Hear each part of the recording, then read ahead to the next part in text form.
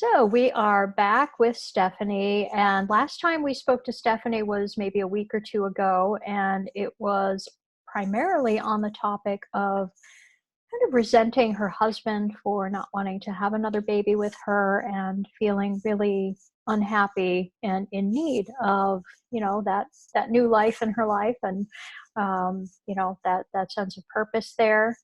So, welcome back, Stephanie. Thank you so much for making the time to recap and revisit. How have you been?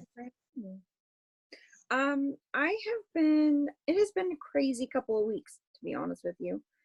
I found out that I had, totally unrelated, but just found out that I had broken this bone in my hand. So, have that.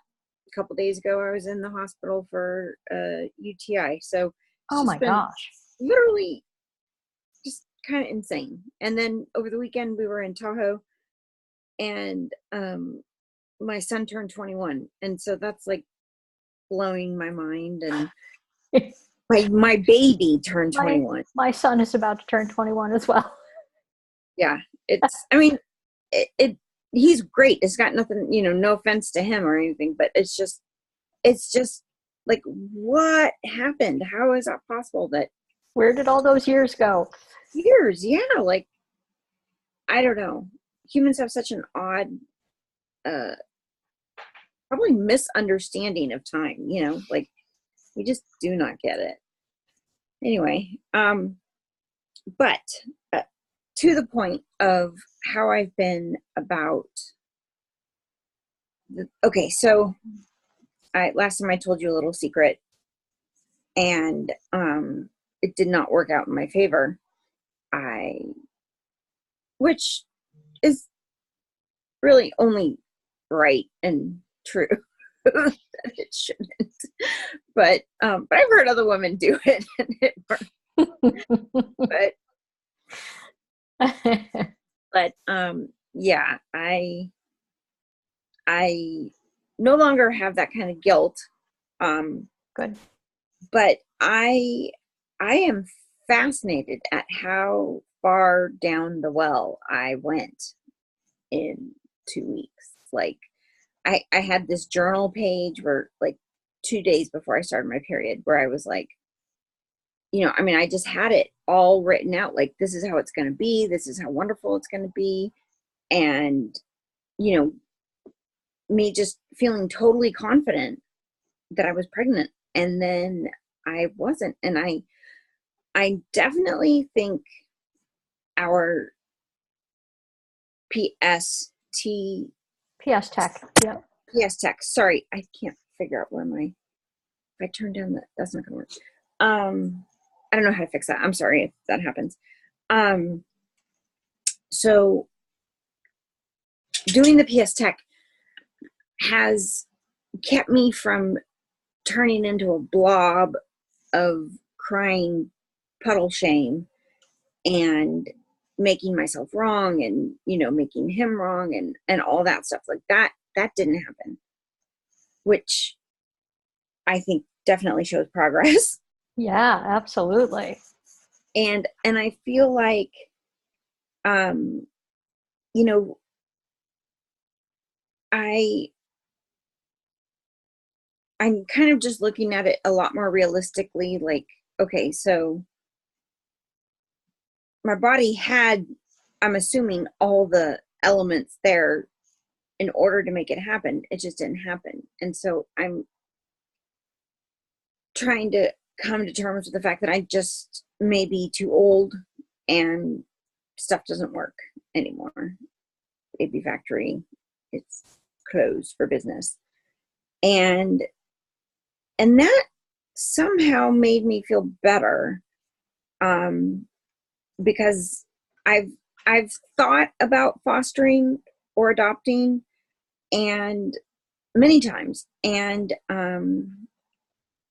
I think that's just as possible a solution as having my own without the health complications for me, because I take a lot of meds that should not be taken if you're pregnant. And so and this last time I had already tried to stop taking stuff, and it was not easy. And my life would have been very uncomfortable for 40 weeks. So, I feel like I at least have a grip on reality in that sense. You know, like I'm not living in some pie dream. I'm not, and I'm making it okay, kind of, however I do feel. That, you know, yeah, sometimes, or every fucking time that I look at some ad or whatever, even Facebook. So I had only looked at a few baby things, maybe 3. Now that's all I get. Used to be all I got was clothes, clothes, clothes. Now it's baby stuff. And I'm just like, oh, you bastard. So I'm trying to shop in other things so that it figures out. It didn't happen. So I don't know. I really did get my hopes up. And I was reading about phantom pregnancies and how people, their body will just do, and I was like, simulate a pregnancy. Yeah. I'm totally there. Like, I Mm. could totally see that happening. Yeah. And Yeah. that would be heartbreaking, right? So, like, no. Mm-hmm. But yeah, no, I feel a lot. I don't, it's not gone, but it's manageable, right? And it doesn't control my day. It doesn't dictate to me like how I'm gonna feel. I feel like I just, whatever that sensation or sorrow or whatever feeling, it comes and I say, you know, thanks for checking in, and just, you know, like, okay, I've felt it. I acknowledge you. Okay, let's move on. And that I don't think was possible for me a few weeks ago. And I've also been using PS Tech for things like trying to sleep better. And oh yeah, You sent me a message about needing to use it for sleep, and then kind of having what was it? Some fears around death or something too. Is that what that was? I it don't remember. it so what it was. So when I started doing, I mean, I only was like, God, I can't sleep. It's like 2 a.m. Dang it. Maybe I'll try PS Tech. So I start doing it, and so I I can and have traveled interdimensionally, and I don't really have much control over it when it happens. But so anyway, when I started the PS Tech, I felt myself being pulled, like, very, not my body, but my attention pulled to this place out in the universe that was like this spiraling uh orb of just tar and disgusting stuff. And it kind of growled, and um sorry, and and so I'm looking at it, and I realize that it is fear. Like, it is the manifestation of all fears. And because I had no attachment to it, I had no thing in my head that was like, oh, it's this event in your life. Which is, anytime I've ever done any kind of body work like this, I always go back to a point in my life where something created it. Right. That did not happen. And I did PS Tech 4 times. And the first 3 times, it was always this super dislocated, out in the world thing that I was like, and I kept telling myself, I'm not going to die. I'm not going to die. I'm not going to die. I also, in the last 2 weeks, have found out that my heart is throwing supraventricular tachycardic episodes. Hmm. I had a heart monitor on for 2 weeks, and the doctors found something on my lungs that they think is a nodule that may need to be biopsied. They're going to wait a couple more weeks and do another scan. And so it's possible that I am having like all this kind of very subconscious fear and anxiety over my health. And maybe there's a good reason for that. I mean, I honestly do, like, because I don't like to be anxious about anything. So if there's a way for me to just kind of put the lid on something, I will, because I think worrying is the most useless waste of time. But because I do have the ability to see the future in some cases, I'm always a little bit like, okay, well, if it doesn't go away and it keeps coming back, then that's something I just need to give my attention to. Mm-hmm. And so, so that I thought was maybe another possibility, that it was, even though I perceived it as super far away, maybe Mm-hmm. it's not. Yeah, and a couple of possibilities with that. One very well could be just that it's an expression of your suppressed fears about your health and dying and all of that, which would be, and I'm getting a little bit of a chill on that. So there's definitely something to that. And I would just probably use the click track to feel that fear, to kind of go, oh, this is wrong with my health, and this is wrong with my health, and this is wrong with my health, and what if I die, and what if this happens, and what if I get so disabled I can't function? Like, just kind of go into those worst case fears of what all of these health issues mean to you.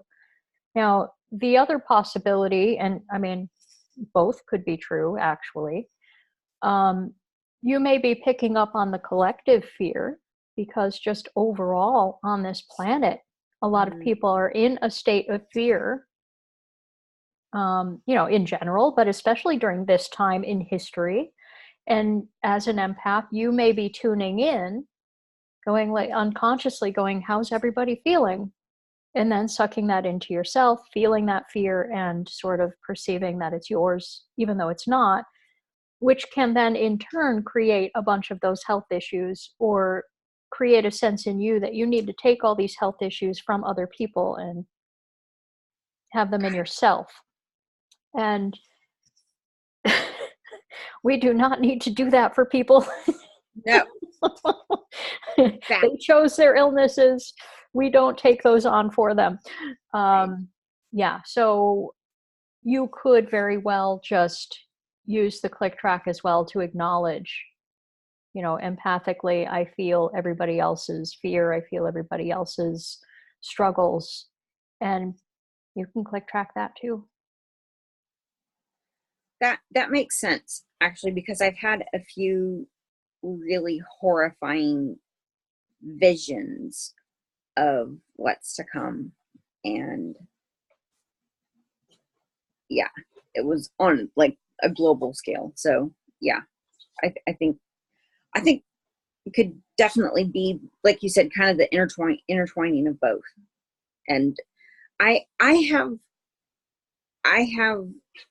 just gone to lengths most people wouldn't even dream of, trying to figure out what is causing my illness. Like, where in my self am I causing it? Because, I just have like the weirdest things. Like, okay, somebody gets a UTI. When I get a UTI, my kidneys started spasming. I thought they were going to fly out of my body. It was the most painful thing I've had since childbirth, hands down. And I just am like, that's not, nobody else does that. They get a UTI, yeah, it hurts to pee.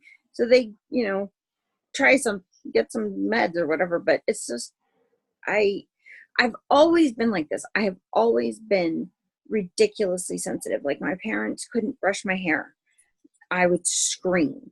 Or, I mean, just any kind of, like Princess and the Pea, I can feel the pea in any circumstance. And I think I just got used to it.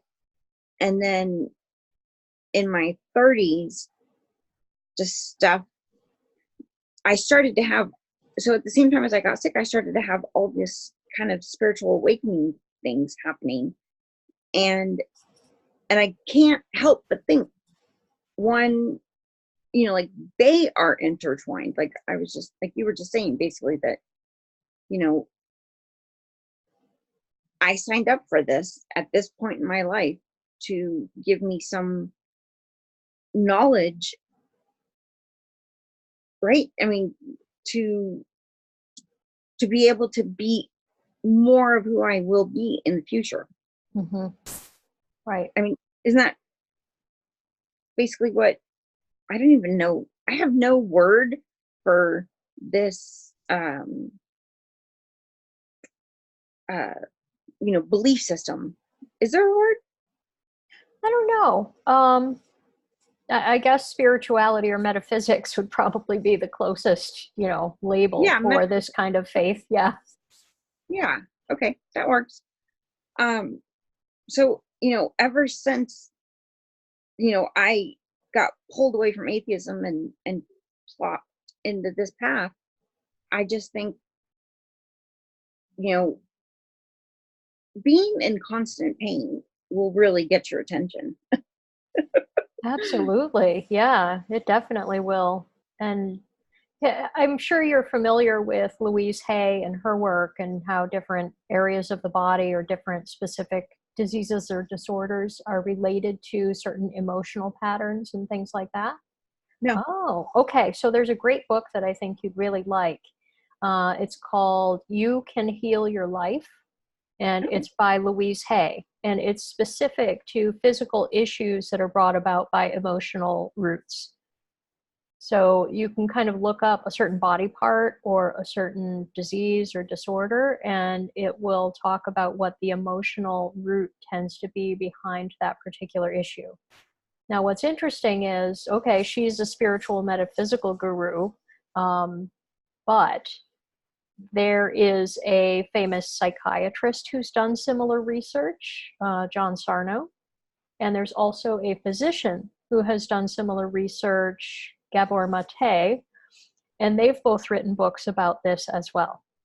So, and the research is similar for all three of them. And essentially, it's a lot of our physical issues manifest because of emotional issues that we have either suppressed or hyper focused on. So, if we get stuck in that loop of obsessing about something, or if we start to suppress things and don't let them kind of move through, then it can create physical issues. So, yeah, I think that you would really enjoy the Louise Hay book. It's a great guide because it both has information about that whole concept as well as the guidebook for, like the index that kind of lists the body areas or the diseases and disorders and then the emotions. Now, she works with affirmations a lot, which I'm not a huge fan of affirmations, but I'm a huge fan of shifting your mindset about something. And that's, that's to me where it goes, is because she talks a lot about how we talk to ourselves and the kinds of things we say to ourselves or about our lives and stuff like that. And for me, that's what that book really helped me shift, was my own like self-talk. But I've never been a huge fan of affirmations by themselves. To me, if you're going to use an affirmation, do something to get it embedded in your subconscious mind, or, don't bother, because I feel like they're not all that effective on their own. If you're just repeating words, you're just repeating words. Right. I'm kind of in the middle about it. I prefer, I don't know if you would call a mantra the same thing as an affirmation. Would They're you? similar. Yeah. when I was in Brazil, um, I adopted a few mantras where it's like, I must surrender to anything, all things, and every possibility. And I don't know why that one really just Well, that's a great gets shift in me. mindset to have, just that understanding that it's time to surrender, and you're far more at peace when you're in a place of surrender. When you're in resistance to everything coming at you, then you're going to be miserable.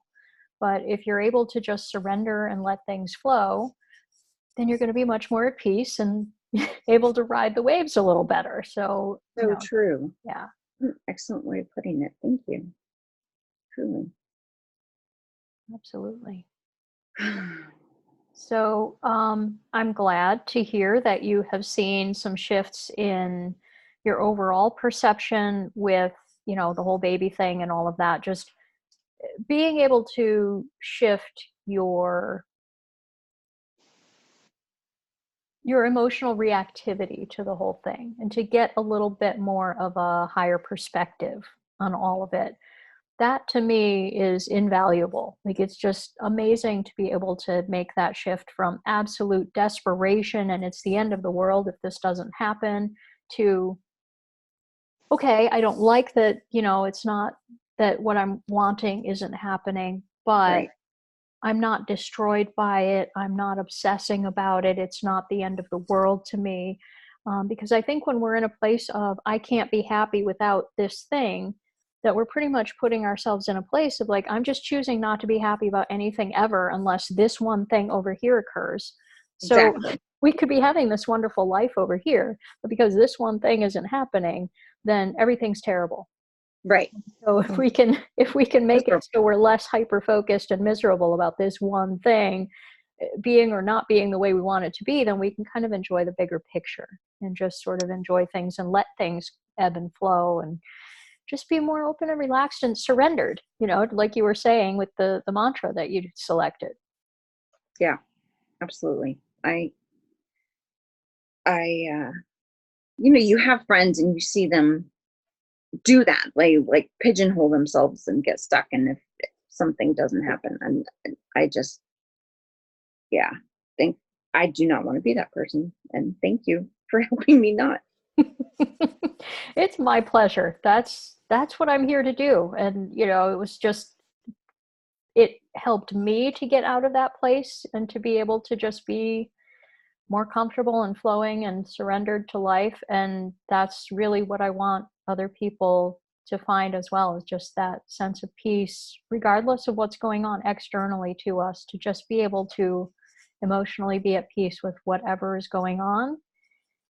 That's the name of the game. Because if you can be at emotional peace, then what else could harm you? What else could bother you?